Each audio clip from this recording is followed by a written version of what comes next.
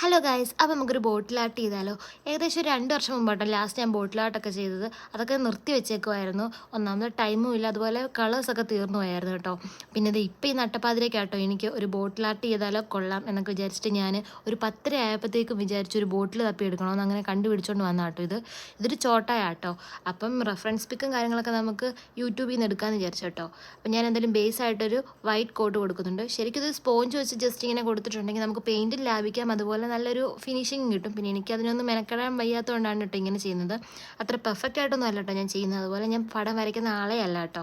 പിന്നെ ഇതേണ്ട നമ്മളിത് ഈ പിക്കാട്ടോ, ഇതാണ് ഞാൻ റെഫറൻസ് ആയിട്ട് എടുത്തേക്കുന്നത്. ഇതുപോലെ വരുമോ എന്ന് എനിക്കറിയത്തില്ല, കാരണം ആ ബോട്ടിൽ അത്യാവശ്യം നീളമുണ്ട്. ഇതാണെങ്കിൽ ഒരു ചോട്ടായി കേട്ടോ.